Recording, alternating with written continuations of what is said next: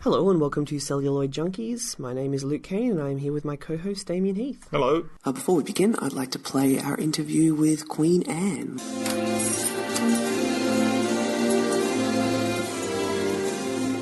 Queen Anne, how are you? I'm often ill. Oh, I'm sorry to hear that. I recently saw you in The Favourite. We went for something dramatic. Do you like it? Yeah, very much. I thought it was great and I thought you were great. Stop it. You mock me. No, not at all. Did you have a favourite scene? I like it when she puts her tongue inside me. Right, yeah, that was an interesting bit. Do you know my podcasting partner, Damien? I do not, obviously. Okay, well, you know he loved The Favourite and he thought you were excellent. Oh, you are a darling. So, Queen Anne, do you know what a podcast is? No. Well, it's like radio for the internet, except it isn't recorded live. Why are you here? Well, I'm one of the hosts. You glow with loveliness. Oh, well, thank you. Look, so do you. Do not try to do that thing you do. What thing? You are too mean and uncaring some days. I'm sorry about that. So I imagine when a film comes out like this, there's a lot of press and interest in you. How many junkets have you done so far? 17. That's a lot. Would you like to join me? No, not really. Do you go to the movies often? No, I do not, but we must fight for what we fight for.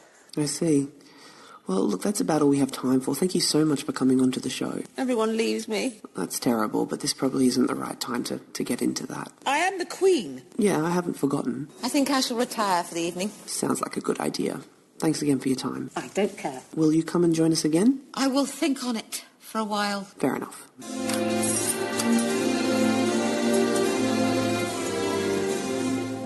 In this episode, we're going to take you on a journey through our year in film. It's an opportunity for us to discuss our thoughts on the releases of 2018, which we don't get to do very often on our regular episodes. We're going to take you through our ups and downs, our zigzags, our pirouettes, our three-point turns and belly flops, our slammets to the left and chickers to the right. Oh my god. Enough! Stop! Be gone! I command it! Leave! I don't want to hear it! Before we run through some of the year's trends, Damien, what were your general impressions of this year, last year in film? I was a bit disappointed compared to 2017. I kept waiting for my Florida project, which was just the film that I fell in love with and embraced and which brought me joy, and it didn't come until a couple of days ago. Well, we're going to find out what that is later. We are. Unsurprisingly, it was another year in which superhero movies dominated. Avengers Infinity War topped the box office in 2018, with Black Panther coming in at number 2, making it a very lucrative year for Disney. Even Venom, which reviewed poorly, was the 6th highest grossing film. Superheroes cooled their heels for a few weeks in June when Jurassic Park Fallen Kingdom took the top spot, but that was a pretty lackluster venture. Other Marvel DC movies this year included Aquaman, Deadpool 2 and Ant-Man and the Wasp, all of which enjoyed their time in the sun. What did you think of this year's superhero output, Damien? Well, I saw Jurassic World, Fallen Kingdom, and that I thought was pretty fun.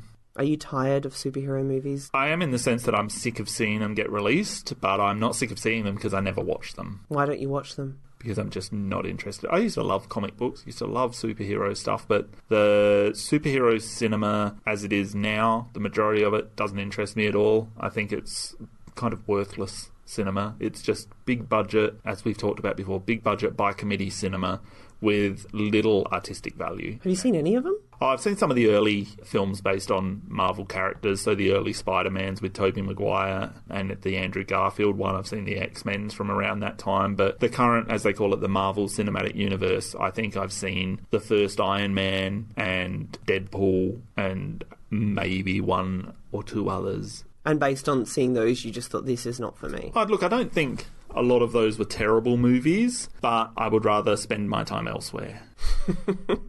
Okay. There were some surprises last year. We had John Krasinski's A Quiet Place. That was a sleeper hit, made a lot more money than I think Paramount had anticipated. We had Jason Statham's Meg. That was a ridiculous summer movie that people saw in droves. Tom Cruise's Mission Impossible Fallout was touted by the critics as the best in the series, and David Gordon Green's reboot of Halloween was an event horror movie, along with Hereditary, despite its D-Cinema score from audiences. What did you think of some of these films? We'll get to A Quiet Place a little bit later, which I loved. Hereditary I enjoyed. I thought that was a really interesting movie. I thought Toni Collette's performance was really quite remarkable. It lost its way a little bit for me. I wrote at length about some of these recent horror movies on our blog, which you can find on celluloidjunkies.com, and specifically the influence of low-budget filmmakers and companies like Jason Blum and Blumhouse, Platinum Dunes, etc. I love horror. It's my favourite genre. I will always have time for those movies, even if they're bad. I like that movement, and generally I find something to like in the majority of those movies. Mission Impossible I don't think I've seen since the first one, which I know that you will find a little upsetting because you say that they're pretty good movies. Some of them, but certainly I thought Fallout was great. I loved it. What about Halloween? Yeah, I thought Halloween was okay. It's nice to have new entries in the Halloween series to watch at some point in the future. I like seeing killers like Michael Myers and Jason and Freddy. Look, you can put them in anything and I will watch them. I think it was exciting for us to have Michael Myers in a big event movie this year. Yeah. Because, the last few sequels kind of went straight to video, and then Rob Zombie's films came out, but they didn't really feel like the Michael Myers we knew. That's right. I think H2O was a pretty big reboot at the end of the 90s, partly because that brought back Jamie Lee Curtis as well, and I am in love with the Rob Zombie movies. He's one of my favourite horror filmmakers, in fact. I didn't think as much of this film, but it was still enjoyable, and I've had some really good scenes, and I loved that they used, for instance, the original font from Halloween, and that they used the way that they used the music and sound especially, I thought was really, really good in this movie. Oh, John Carpenter's score was great. My problem with the new Halloween was the way that they coloured the Laurie Strode character. Yeah. I thought how they dealt with the trauma and fear that she'd been through was a little silly, and I actually wrote a review about it on Letterboxd, detailing the problems I had with the film, with her character specifically. But yeah, I still had a lot of fun that night, and I've watched the film again. I think it holds up as a film that you can rewatch. It's a decent entry into the series, in a series that had been dead for a while. It is a decent entry into the series. Certainly it's better than a lot of the ones that are in the middle.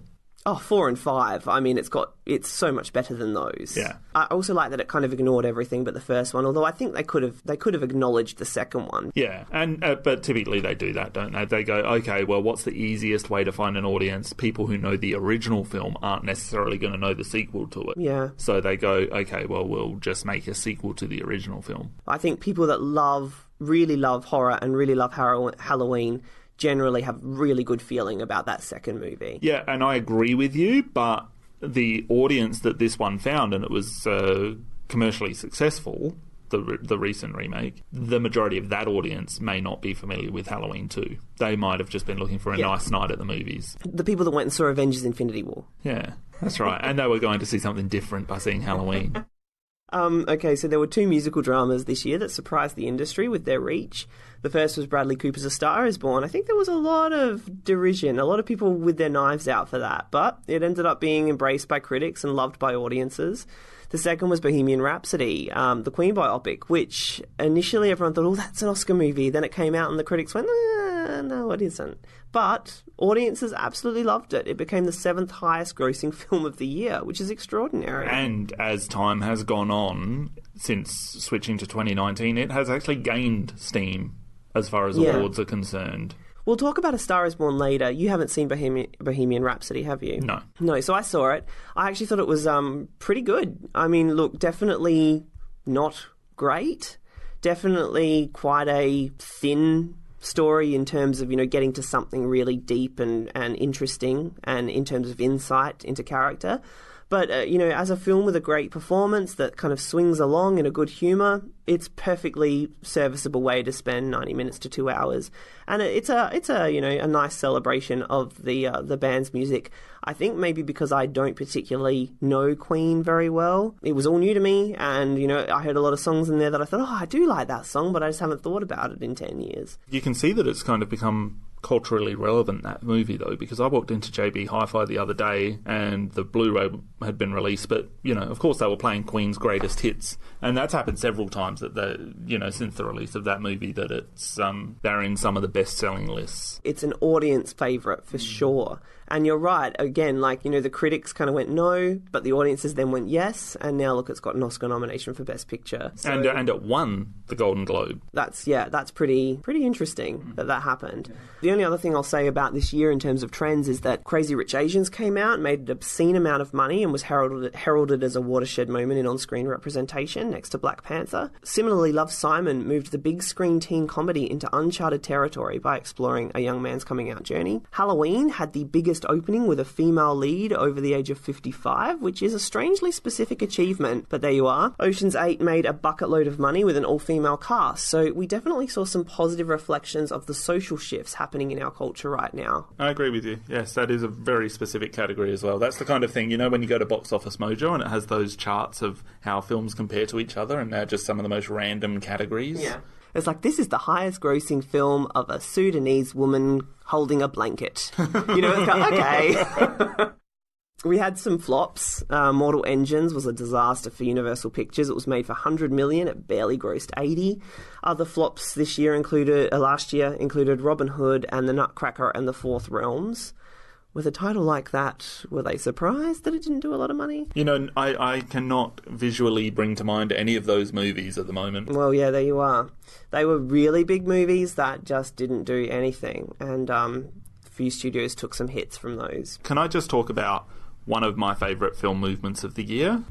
And that was that the Academy ratio has made such a comeback. The Witch used it to such great effect a couple of years ago, and last year it seemed like everybody went, well, hey, this is how I want my film to look. The Academy ratio? Yeah, so the 4:3 ratio. Okay, say that. Or 1.661. No one knows what Academy ratio is. So First Reformed by Paul Schrader, The Nightingale by Jennifer Kent, Roma by Alfonso Cuarón, and all of them look so beautiful. And I don't necessarily love that they're all shot 4:3, but I do love that filmmakers are now willing to issue that standard 1.85 to 1 if they want to. Films were always 4:3 until about the 50s, when televisions found their way into homes and widescreen and CinemaScope became the spectacle that lured audiences back to the cinema. Then in the last 15 years, we've seen mass-produced widescreen televisions, and they make it really easy to watch any film in the comfort of your living room on a so-called big screen. So since it's no longer about the way that you consume the art form, anything goes.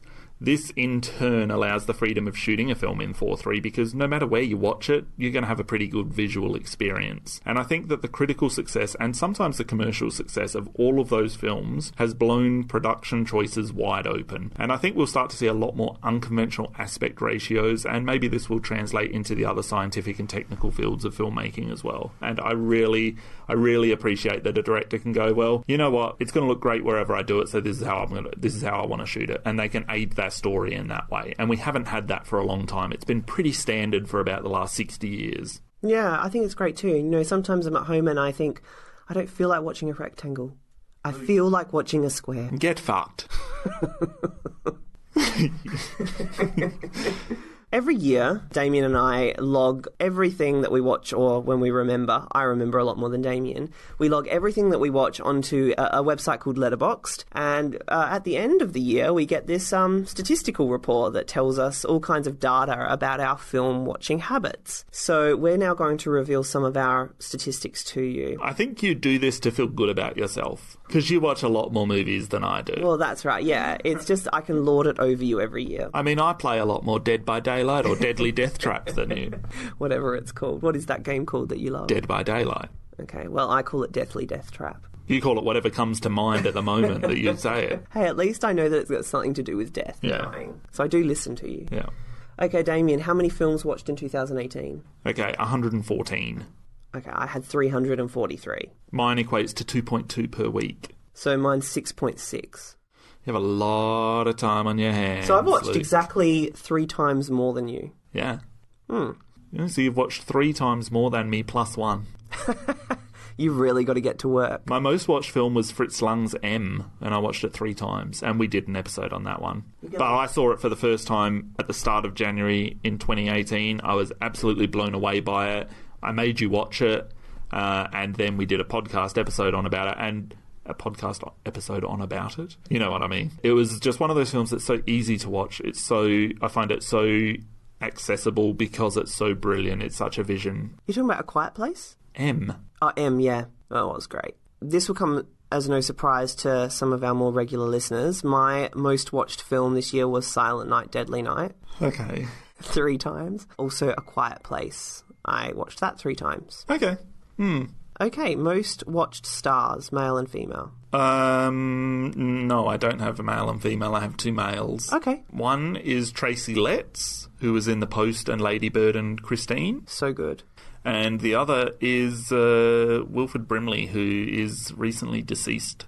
He was in China Syndrome, which we did an episode on, but also Cocoon and Cocoon 2 The Return, which I randomly found on Foxtel and sad little marathon. Actually, you know what? I randomly found Cocoon, and I enjoyed that experience so much as kind of a nostalgic 80s experience that I purchased the digital rental of Cocoon 2 The Return to be able to watch that. That was not worth it, that one. You watch so few films a year, and then when you finally do, you put in Cocoon.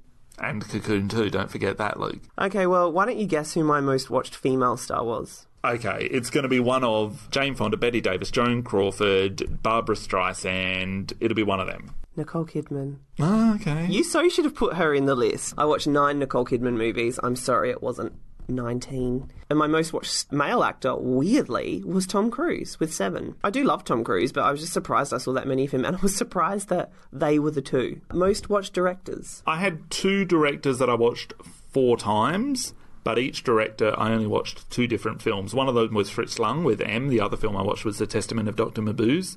And the other, interestingly, is Johannes Roberts, who did 47 Metres Down, which I watched twice, and The Strangers Pray at Night, which I watched twice.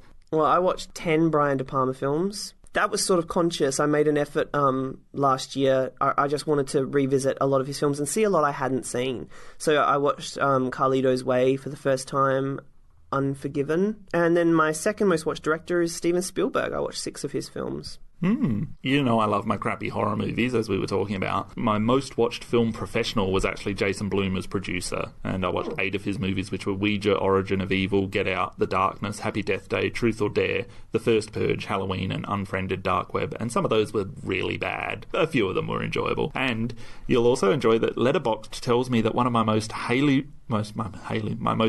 rated films you missed was Taylor Swift's Reputation tour.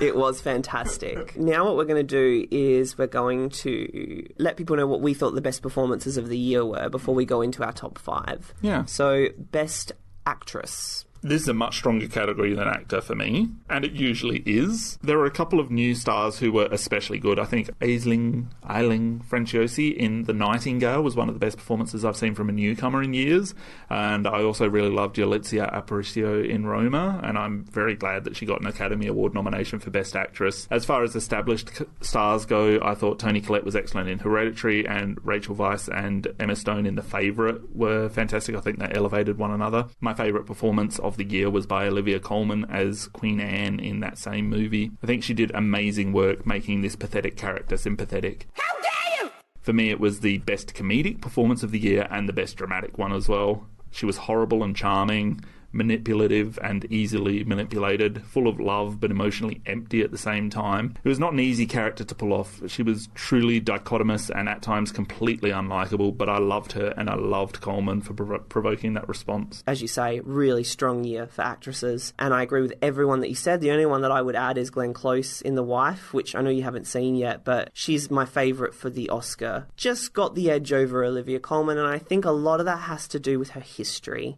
You know, Glenn Close has been nominated 7 or 8 times, hasn't won. I've always loved her. So when you say your favourite, you think she's the favourite to win, or you think you would like to see her win? I would like to see her win. Yeah. But look, my Best Actress and Best Actor both came from the same movie this year, which has been totally ignored by everybody, and that is Ben is Back. I would give it to Julia Roberts. For me, it was my favourite performance by a female this year.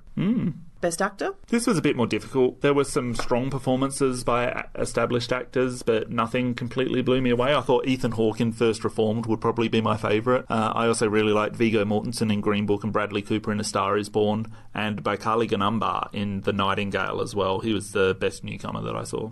He was the tracker that helped her That's right. Yeah, so good. My favourite performance by an actor was Lucas Hedges in Ben is Back, with a couple of runner-ups. Bradley Cooper in A Star is Born. I think he's great in that film. And Joaquin Phoenix in You Were Never Really Here. I'm looking for my son. I can tell there's something wrong. You need to come home. Not without Ben. I just need you to please find my son. The things that I've done to myself and others. We can't save them, but you'll hate yourself if you don't try. Just tell me, son, where you want me to bury you. I'm not going to die. Anyways, here I am, still here. Should we do our top 5? Yeah. Hit me with your number 5. Number 5 for me is A Quiet Place. The fact that this movie has been made by a first-time director, husband and wife cast, I thought it was a really unique story. It was told visually very interestingly. There were some fantastic scenes in there. I really responded positively to A Quiet Place. I thought it was the best horror film of the year. I really liked it. It's interesting that you said it's a unique story. I would say more that the way it was told was unique. Well, yeah, that's what I mean, yeah. And also I think the use of sound, which is the obvious thing to say about it, but that was what was truly remarkable about it. The effect it had on audiences, that people felt they couldn't chew their popcorn or slurp their drinks because we were made so self-conscious by sound.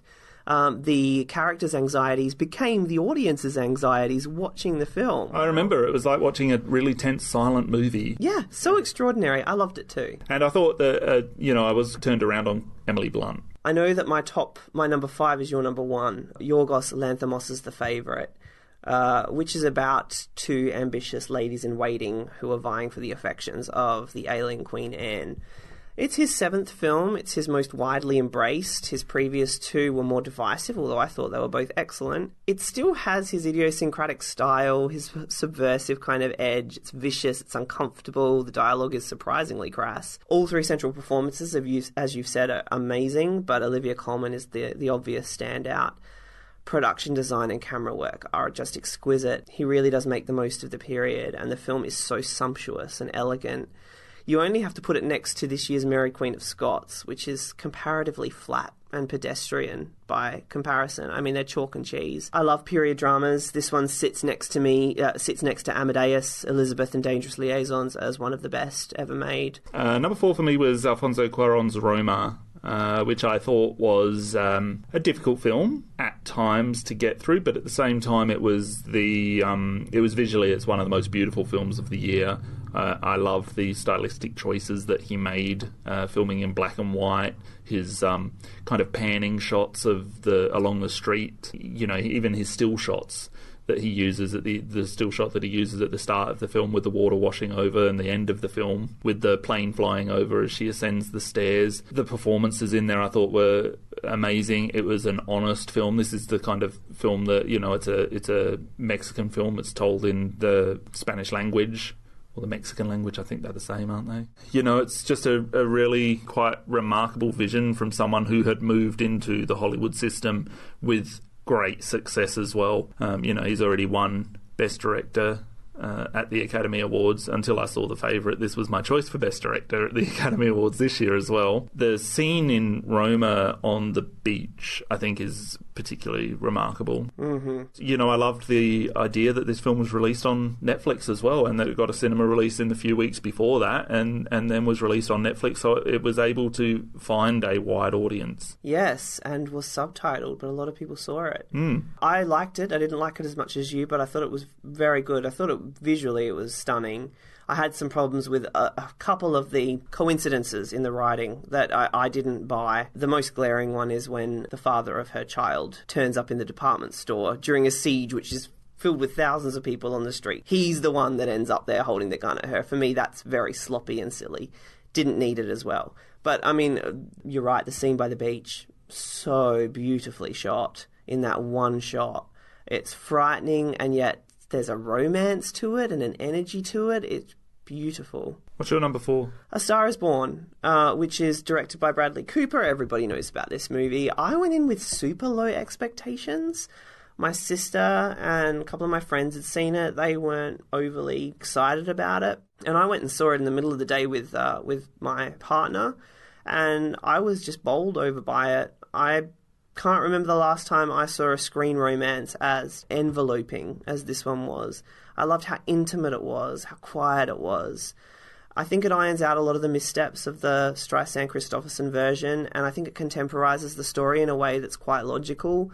Lady Gaga gives a committed performance, but Bradley Cooper is on another level good. His portrait of a man doomed by his addiction and his proclivities is really heartbreaking. The live performances capture like that visceral euphoria you feel when you see a really great stage show, and it made me cry. I think it's been made with a great deal of care and humanity. The scenes between Sam Elliott and Bradley Cooper are just beautiful. It was made for $40 million. It grossed $500 million, so it was a big hit with audiences.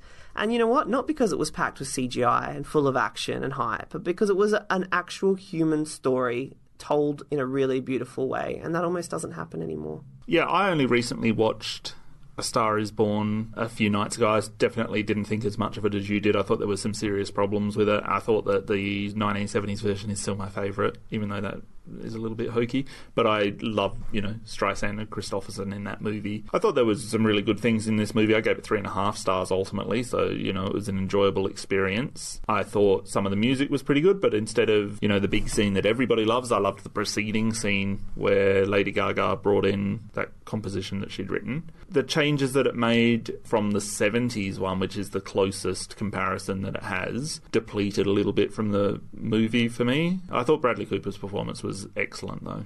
What's your number 3? My number 3 is First Reformed, which is the Paul Schrader movie. That's another film, so that's the second one in a row, and actually the next one is also shot in the 4:3 Academy ratio. But it looked beautiful. It was, I heard that it was originally to be shot in black and white, and I'm glad that it wasn't. I like the kind of desaturated colours that it uses. Love the conversations. I love the framing of every shot. I really loved everything about that movie. I was kind of shocked at certain scenes. Yeah, I think it's a great film. I mean, we'll probably talk about that in a minute, won't we? We will. Yeah. My number 3 was You Were Never Really Here, which is directed by Lynn Ramsey, and it's about a suicidal hitman who specialises in rescuing underage girls from human traffickers. Look, we've spoken about We Need to Talk About Kevin, which was Lynn Ramsey's previous film, and I think we both agree that she's a genius. I haven't watched You Were Never Really Here yet. But you can tell she's a genius from When You Talk About Kevin, or at least an extremely sophisticated adult filmmaker.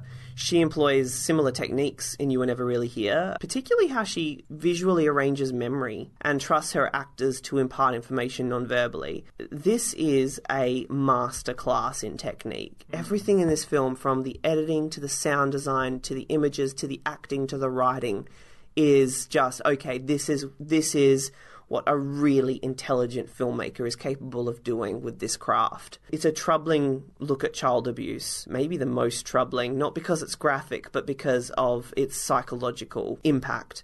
And Joaquin Phoenix is magnetic. It is sensuous cinema. The whole thing is like you make love for 90 minutes with this movie. I mean, everything about it is just elegant and beautiful. But elegant isn't even the right word, because it's stronger than that. I really want you to see it, Damien. I really, really want you to see it. Probably very few people have seen it. Find it and do it on a day when it's quiet and when you've got patience to really be immersed in something. Okay. Number 2. I think we both have the same film at number 2, which is Jennifer Kent's follow-up to The Babadook, The Nightingale. Yes. We saw this at the Adelaide Film Festival, so it was the Adelaide premiere, if not the Australian premiere. It's the Australian. Yeah, and Jennifer Kent gave a speech before the film. The stars of the movie were both in attendance, and I know that Dev Patel was there doing Hotel Mumbai at the time as well. He was sitting in the row in front of us during that screening. And it got a standing ovation. I wrote an article about The Nightingale and put it on our blog, so you can see that on celluloidjunkies.com as well. But it was just a really important film to be told. I think it was so honest. It was kind of damning. Just everything about it was amazing. There's Jennifer Cohen, she's an amazing director. She's got such a future. She had so many offers from Hollywood to leave Australia and make a Hollywood film after The Babadook, and she stayed here and she made a film about white people and Aboriginal people set in the 1700s, and I find that amazing. It really is. A lot of people won't have seen this film. It isn't readily available at the moment. I think it's just been entered into the Sundance Film Festival. I know a distributor's picked it up, but it hasn't come out on screens yet, or I don't know exactly what its future is. It's about a young Irish convict living in a penal colony in 1825 in Tasmania, who reluctantly enlists the help of an Aboriginal tracker to hunt down the British officer who has wronged her and her family. We did see it for its Australian premiere, and as you say, the director was in attendance, and I think that certainly added to the overall experience of watching the movie. Man, it is a tough watch. It is so unflinching. There are a couple of scenes where the brutality teeters on the unbearable, but it's also exquisitely beautiful in places. It is the most honest, unflinching account of what white settlers did to Aborigines in our country ever committed to film, no question. It has an epic feel about it. It's Australia's Schindler's List, or 12 Years a Slave. It's a story of human history, but told from a very personal and specific perspective. You're right, the performances are astonishing. They're almost otherworldly. It's a far more ambitious film than The Babadook, and some people are going to be put off by the violence. But I admired Kent's courage, that she went the whole 9 yards, even though that I'm not sure I'll ever be able to sit through it again. I can't imagine agreeing to sit through it again. I'd need to have sort of my cast iron skin on. Yeah, I agree. Number one? Well, number one for me is The Favourite, as you've already spoiled for everybody. I only saw this a few nights ago, and I fell in love with it the moment it started. And there's the music and the visual, and it just connected with me in such a way that as I was watching this movie, I wanted to be watching it again and again and again. I mean, that's not a common experience for people to have, so you know something special when that does happen, that you just, you want to be reliving this a lot. It was the best directed film of the year. Killing of a Sacred Deer, it was either in my top 5 or it was a special mention last year. It was in your top 5. And okay, so this blows it out of the water for me. It's far more accessible. I think it's a more complete vision. There's a lot of the same kind of things, the jarring music, the beats, a lot of the remarkable visuals are carried over. That's obviously Lanthimos as a director. Some of those ultra wide angle shots, he even uses a fisheye lens in a period film. I mean, that's different. Costume design, the set design was amazing. I thought that the performances were second to none. Olivia Colman, as I've already said, was my favourite performance of the year. I loved the whole thing. I hope it wins Best Picture. I hope he wins Best Director. I hope Coleman wins Best Actress, even though I won't be sad if Glenn Close does. I hope one of them wins Best Supporting Actress. I loved it. This was my Florida project. Yeah, it's a great movie. What's interesting is that Lanthimos' dialogue is almost, in all of his films, deliberately not stilted, but almost. You're very conscious of the fact that, this isn't how people talk. They don't talk this way. But what that does in a Lanthimos film is it draws attention to the fact that words are a construct that we use to express ourselves. And so it creates this dissonance between what is being said and who is saying it. We can feel the kind of gap that separates what someone actually thinks and feels versus what's coming out of their mouths. The period setting, it's electrifying using that technique in a period setting because, dialogue or language back then was far more formal and less colloquial use, and there was more civility to it. Lanthimos' style of writing is just so well suited to this sort of film, and I never would have guessed it. But sitting through The Favourite, you're like, oh yes, this is such a wonderful marriage. Yeah. This setting and this period setting with Lanthimos' style as a filmmaker. Yeah. And wow, the 3 leads are so great. I love Rachel Weisz. I saw her in Disobedience recently, and I liked that a lot too. Oh, my number 1 is First Reformed, which we've already spoken about. It's about a priest of a small parish on the outskirts of New York whose relationship with a young married couple causes him to question his faith and purpose in life. We are putting together an episode on this film, which we're going to release hopefully shortly. We're just waiting on a interview subject to be able to make time for us. Very busy. So we are going to release that soon. The film's a knockout. It's career best work from Schrader and Hawke. Beautifully photographed, full of evocative themes and imagery. Special mentions? I have a few. I would have been upset if I'd needed to include them in my top 5. Right. The first special mention is If Beale Street Could Talk, which is the new film by Barry Jenkins, who'd made Moonlight. You know, it's a nice movie. I was disappointed. I thought it was pretty schmaltzy. Hereditary is one of them. It's one of mine. Loved it. Suspiria is the other one. Oh yeah, that was good. That was flawed, but it was good. Yeah, definitely flawed. I have a few more than you. I loved Ben is Back. It's total melodrama TV movie, but who cares? It was so powerfully done, so well written. My favourite performances of the year are in the film. I sobbed like a sobbing sob. You sobbed like Luke. Sobbing SOB. Luke Kane watching a movie. We've talked about A Quiet Place. I loved Mission Impossible Fallout. That was just a thrilling action film. Several breathtaking sequences. The Wife, which is what Glenn Close is has been nominated for.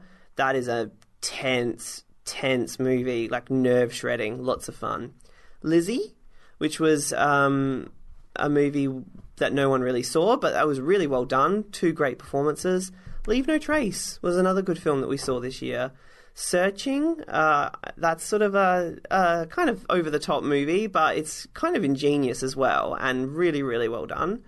Suspiria, which you've mentioned, and then the other one I just saw the other night, Destroyer, which is a very grim crime drama, but more of a character study, with Nicole Kidman dominating as a detective who must atone for some really bad choices she made years ago.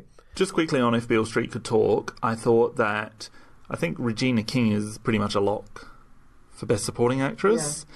And I didn't gel really with that performance compared to a lot of other performances this year. No, I mean, I thought she was good. Yeah, exactly. Yeah, I wonder how... We'll have to have a look and see how strong that category is this year. Yeah, well, it's got the favourite actresses. I'd give it to either one of so would I. them over her. But, oh well. Maybe she's sort of... They're just sort of... She's representing the film. Because the film was largely ignored. Which I think it should have been. Yeah. The score... Certainly I was a little disappointed. I was hoping for more. But the score is amazing. I mean, Moonlight was so much better. Moonlight was better, yeah. The score is my favourite score of the year, If Beale Street Could Talk. Stunning. Yeah. And the photography, and when the movie isn't talking, it's quite lovely. It's when the dialogue comes in that you're like, oh, what is this? The dialogue is really dopey. I did really like the way he made it. He kind of made it feel like a documentary drama and of an experience that I've never had. And I thought that was really interesting to watch a film that was made that way. Yeah, I mean, I loved the 2 leads in it. Yeah. Loved their faces. I loved their performances, but I just didn't think that it was very well written, which is very disappointing. For me, I'm a bit of a snob with writing, and I know when something's been written that I'm not vibing with, and I just could tell, and it got worse and worse. You're meant to introduce that by saying, as a writer. The first clue I got was when the family had their confrontation at the beginning, and I thought, wow, this is like early 90s midday movie. Felt very stage play at parts. Oh, it did. Let's give away our Junkie Awards. Okay. Favourite screen star for the year. Do you have to talk about your least favourite screen star to talk about your favourite, or are they completely separate? Let's start with least favourite, can we? My least favourite, I'm going to give it to the person I gave favourite film star last year, which was Timothée Chalamet. Oh. And I'm giving it to him because the backlash against Woody Allen. And specifically they say that I resent having worked with Woody Allen because he is now accused of a crime that he was accused of 30 years ago, and therefore I'm donating my salary to charity from the movie that I worked with.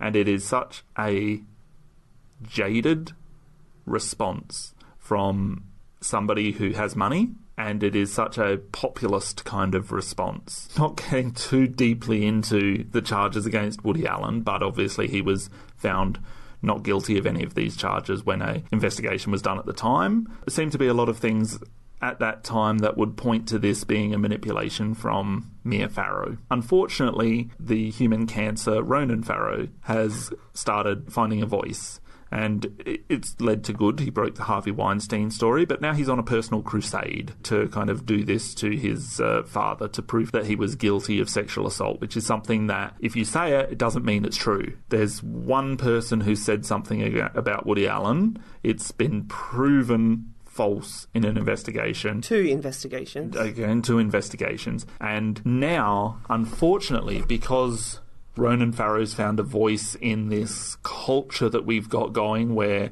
somebody is accused of something and they're guilty, stars like Timothée Chalamet, who have some kind of clout, who people listen to, who they come out and they say, I'm going to donate my earnings to charity because I should never have worked with Woody Allen. I mean, that is a further damnation of a person who has given more to cinema than you will ever give, ever. It makes me angry that somebody like that has the right to say this about somebody who has been found not guilty and who has made this his life, who has given you an opportunity that you should be grateful for, and to turn around and throw that back in his face when you'll be forgotten in 5 years. And also for it to be called brave.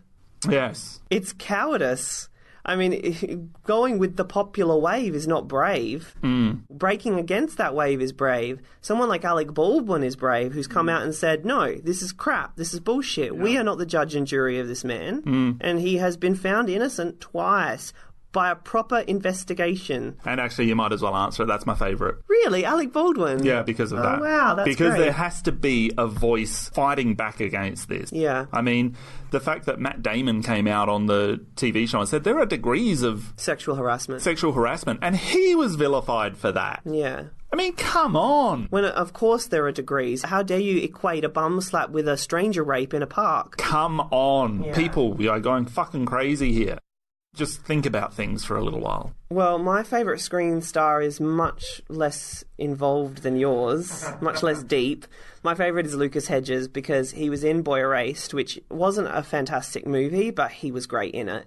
And Ben is back. He is my absolute crush at the moment, and not because he's, gorgeous, but he is in the sense of how honest he is on screen and how heartbreaking he is on screen. And there are moments in both Boy Erased and certainly Ben is Back where I just think, wow, how does an actor that young have so much understanding of human nature, and how is he able to access those emotions like that? I just think he's beautiful. My least favourite star is Kevin Hart. By the way, I didn't even know who Kevin Hart was 12 months ago. But turns out he's a bad comedian who's trying to break into films. I'll tell you my Kevin Hart story, shall I? He got the gig of being the Oscar host, and then, of course, hours later, all of the, little Twitter, Facebook trolls brought up tweets that he had written years and years and years ago, which were homophobic. And they weren't like, a little bit homophobic. What you're not saying makes you homophobic, like Denzel Washington. No, these were full-on, homophobic tweets. Like, I will bash my kid if he says he's gay or he plays with Barbie dolls. And then Kevin Hart came out and said, I'm not going to apologise. I already have apologised. People change. If you can't accept that people change, that's your issue, not mine. But I ain't going to say I'm sorry, blah, blah, blah. I'd never heard of Kevin Hart. But then I heard of him when he got announced for the Oscars. Then I heard that, his tweets that he'd made. And then I heard that he wasn't going to apologise because he already had apologised. That was my experience with this person. And I just thought to myself, okay, well, for the people that may have missed your I'm sorry back when you were just, a fart in the wind, why don't you just apologise again? Be done with it. Because this is truly awful. What you have said, truly fucking awful. For me, the accusation is new. For me, the tweets are new. And I'm a gay man here, and you want me to pay money to go see your movies. So why don't you just clarify that you don't have some sort of fundamentally prejudiced view of my life and my choices? Then maybe I can move on and not hate you. I thought you said your choice was not going to be as dramatic as mine, your answer. Yeah, turns out it kind of is. I barely knew Kevin Hart. I'd seen him in some movies, and they were all bad, and he was not memorable to me at all. I have nothing against Kevin Hart as a person. I don't care enough to think about it, right? I do have a problem with Kevin Hart hosting the Oscars because I watch the Oscars and I don't want to watch Kevin Hart. Put fucking Whoopi Goldberg back. I love her. Yeah, I loved Whoopi. Put anyone but him. I mean, in fact... I'll say the greatest, my least favourite thing that came out of all of this was that Ellen backed him up. Yeah, I know, frickin' Ellen. And I love Ellen. I've loved Ellen my entire life from the moment I was like 12 years old and her sitcom started on TV. I've loved Ellen, like deeply loved Ellen. And what was annoying about that was not that she had him on the show, but that she didn't even ask him one tough question about those tweets. Yeah. All she did was sit there and talk about how wonderful he was and how she knew that he wasn't prejudiced and that she'd called up the Oscars begging for him to have his job back. So, Ellen, I know you're listening. And I still love you, but shame on you. It feels like, you know, somebody's ascended to power and they're just looking out for their friends. Yeah. It's like Idi Amin all over again. I just have to say this, because we talked right when this happened. You called me right when it happened and said, I'm going to talk to you about it. I'm not going to say anything till I'm on your show. So, and then we talked because I called you. His movie is so amazing. The Upside is so incredible. He's so incredible. I've seen it twice. It's so, anyway, so I called him to tell him how great his movie was. Then we talked a little bit more. So I called the Academy today because I really want you to host the Oscars. I think that I was so excited when I heard that they asked you. I thought it was an amazing thing. I knew how important it was and how it was a dream. So I called them. I said, Kevin's on. I have no idea if he wants to come back and host, but what are your thoughts? And they were like, oh, my God, we want him to host. We feel like that maybe he misunderstood or it was handled wrong or maybe we said the wrong thing, but we want him to host. Whatever we can do, we would be thrilled. And he should host the Oscars. Your best movie moment. This is where we talk about the best moment we had when we were watching a movie and we were kind of transcended by it. You'll like this. I'm going to go with the Are You Washed by the Blood of the Lamb final scene in First Reformed. I loved it. I thought it was beautiful. I thought it was poetic. It was good that it was so ambiguous. I loved that it was preceded by a series of visuals that were so difficult to watch. It was preceded by a film that was difficult to kind of come to grips with. And it was it was a final scene that you could come away from this movie with so many different readings and all of them would be personal. I loved the hymn in there as well. I loved the hymn and the music and the scenery and the camera work and just everything. That would be my favourite movie moment of the year. I loved the performance of Shallow in A Star Is Born. I know it's like really silly and like, oh, you know, she starts off all meek and mild, but then she gets into it and their relationship. But who cares? Sometimes movies are silly. Sometimes the cliches work because they are cliches. And I just thought it was beautiful. I absolutely loved it. And I remember just it being so stirring in a cinema watching that. And maybe it was partly because I was there with Heriz, and, you know, it was a romantic movie, and I was sitting there with a boy that I had romantic feelings for. And, you know, it just was lovely. You say had romantic feelings. Do have, still have, hopefully will always have. Yeah, look, I liked that scene. I liked the previous scene where she introduced the song first in the car park. Yeah. I liked that a little bit more. That actually sent shivers down my spine. And when he whispers to her, I think you might be a songwriter, but I won't tell anyone. But then I'm bad at keeping secrets. And then he just kept going on and on. So anyway, Luke, let me ask you the next question, okay? So tell me something, boy. Aren't you tired of trying to fill that void?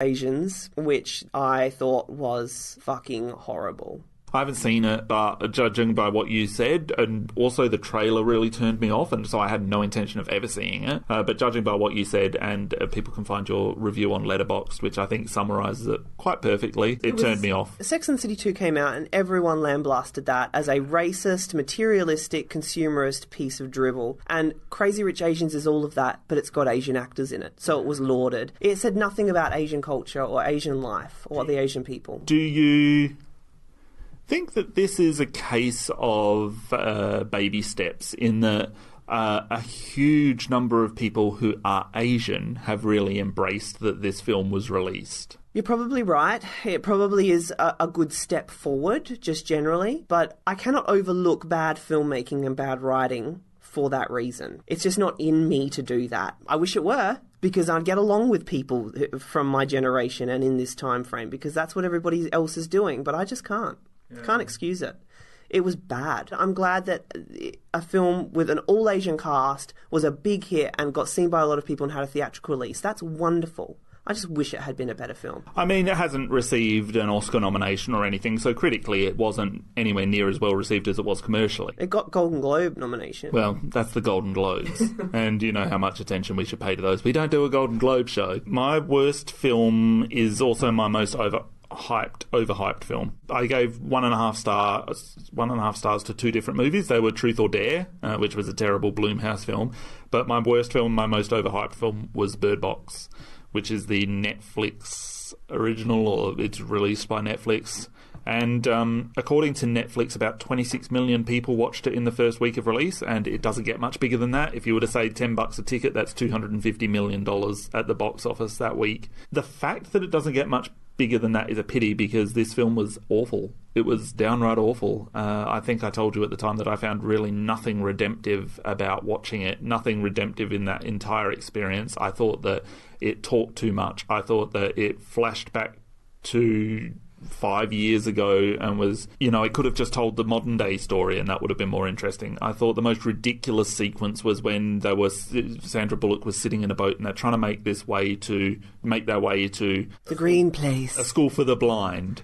Right. And she needs to go down this river, and she's got her child and she's got another child who was born earlier in the movie during a flashback sequence, and she agreed to look after this child, right? Anyway, at some point they're going to face some rapids and one of them needs to look, and the whole idea behind this movie is that nobody can look because then they see this monster or something that is going to make them commit suicide. So they're under this quilt and she's looking at these two kids, one of whom's hers, one of whom's not, and she says, somebody has to look. So essentially somebody has to die. The little boy, who's her son, says, "Oh, look, Mum." And she says, No, you are not going to look. I'll decide who looks. And then the little girl, who's not her daughter, says, "I'll look." And you can see her kind of thinking about this, because obviously the obvious choice is to give up the kid who's not yours. And then she has these flashback sequences, and they're the most generic, mind-numbing flashback sequences. And then she sobs and she says, "Nobody's going to look." And it is so unemotional and stupid and manipulative. It is everything bad about filmmaking. It is everything lazy about filmmaking. And in fact, the entire film is. It dictates to you what you should be feeling and thinking and what you need to know. It doesn't show you anything. It tells you it. Completely the opposite of Quiet Place, which it receives some comparison to, which lets you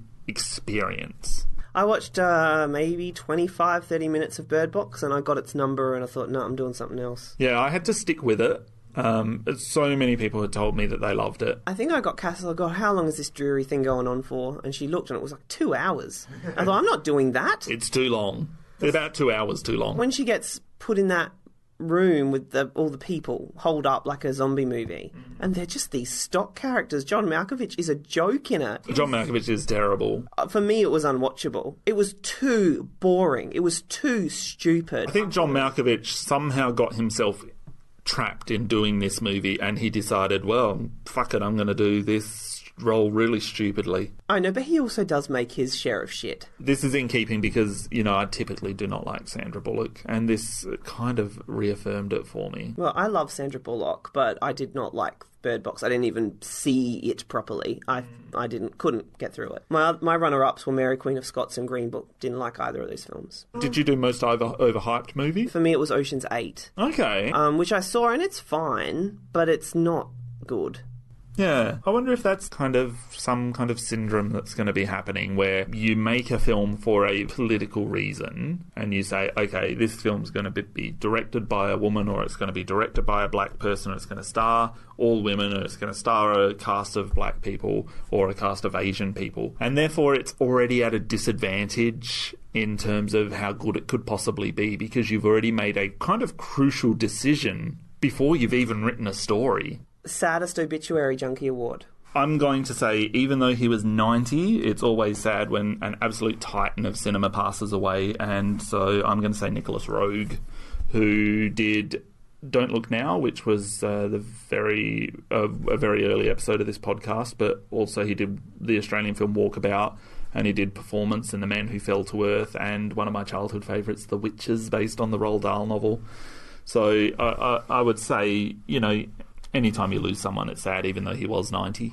Yeah, that is a big loss. For me, it was Margot Kidder. But there were so many. We lost Milos Forman, Neil Simon, Burt Reynolds, Penny Marshall, Aretha Franklin, Avicii. A lot of, great people this year. Yeah. Favourite TV show, Junkie Award, Damien? Neither of us really watch a lot of television, so we're a bit limited here. But there were two shows that stood out to me for different reasons. First is Schitt's Creek, which released its 4th season this year, and really it just keeps getting better. It started off pretty silly in the first 2 seasons, but the last 2 have really been excellent. They found this heart and this love and this happiness and this fun, but really finding that heart that a show like this, that is this degenerate, shouldn't have. And I loved it. I keep trying to get you to watch it, but I think you've been turned off by what you have seen. And probably my favourite of the year is one that made me relive my childhood, which was the YouTube original Cobra Kai, which continued the Karate Kid franchise, and it had the majority of the original cast involved. And it's a little bit hokey, but honestly, it was done really well. And I think it was the highest rated TV reboot of a movie that has ever been made. No, it's got some good cred. I've heard a lot of good things about it. I didn't ever see Karate Kid as a kid, so I kind of missed that boat. My favourite TV show this year was, and I actually haven't finished it yet. Is it Sharp Objects, Luke? Yes. It's so good. I love Amy Adams, and it's such a great opportunity for her to kind of do everything that she does. I don't think you're allowed to answer this question anymore. I think every year your default answer is going to have to be Seinfeld. And final Junkie Award, your best night with a movie for 2018. I've got to go with seeing The Nightingale at the Adelaide Film Festival. That was my favourite, seeing it with Jennifer Kent and the stars. I did consider The Nightingale, but this one just took the edge. It was April 14th, and it was when I watched, for the first time, The Searchers with Mum and Dad. And I will always remember there is a moment at the end of Searchers which is so freaking powerful, but I missed it. And my dad was the one that told me, you realise what just happened there. And I loved watching it with him, and I loved watching it with Mum. I love that Dad pointed out that moment to me. It made the moment more special somehow. The Searchers has become an instant favourite. I think it will ultimately make my top 20 films of all time, but I'm going to watch it again this year. You got me a book all about the making of, which looks extraordinary, and I can't wait to read that. So, and I'm sure we will be doing a full episode on it at some point. I would love that, and also it will be a way for me to kind of make you watch it. Well, that's our episode, our Year in Film 2018. Thank you all so much for listening, and we'll see you next year.